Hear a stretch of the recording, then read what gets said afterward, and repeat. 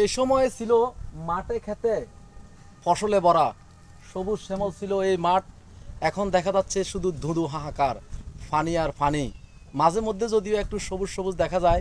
এটি আমন ফসলের লাস্ট সিজন। এই সময়ে ফসল থাকে মাঠের মধ্যে ভরপুর। এই যে ধানি জমিগুলা, এগুলার মধ্যে এখন মনে করেন যে প্রত্যেকটা ধানের থোঁয়ে সেজে যেত। হ্যাঁ, যেটাকে আমরা থোঁয়ে সেজে বলি, ধান নিয়েলে বলি আর কি।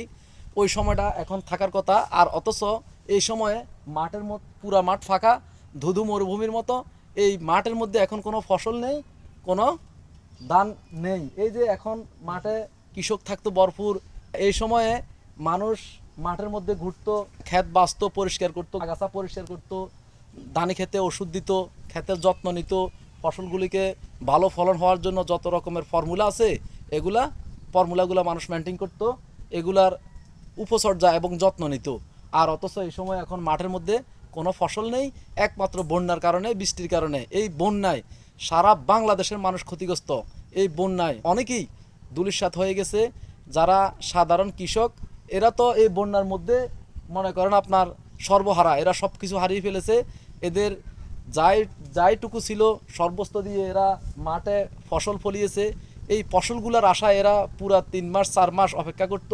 ফসলগুলো যখন এদের উঠে আসতো তখন এরা এই ফসলগুলো বিক্রি করে আবার নতুন করে তারা পুঁজিপাট্টা করত।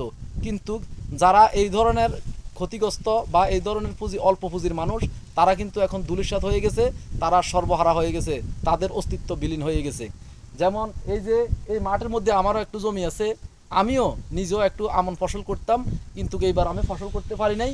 কি খেয়ে বাঁচবো, আমার পরিবারের লোকজন কি খাবে, তাদেরকে কি খাওয়াবো, এই চিন্তায় আমিও এখন অস্থির, আমিও এখন ফেরেশানির মধ্যে আছি। শুধু আমি না, আমার মতো অনেকেই ভুক্তভোগী, যারা নীরবে কাঁদে। প্রকাশ্যে যদি নাও কাঁদে, চোখ দিয়ে যদি পানি নাও ঝরে, তাদের অন্তর দিয়ে কিন্তু তারা কাঁদে। তারা মাঠের দিকে যখন তাকায় তখন তাদের হৃদয়টা কিন্তু হাহাকারে চিৎকার দিয়ে ওঠে। যদিও সেটি বোবা কান্না, মানুষ শোনে না হৃদয়ের কান্না, তবে সেটি যে কাঁদে সে অনুভব করতে পারে।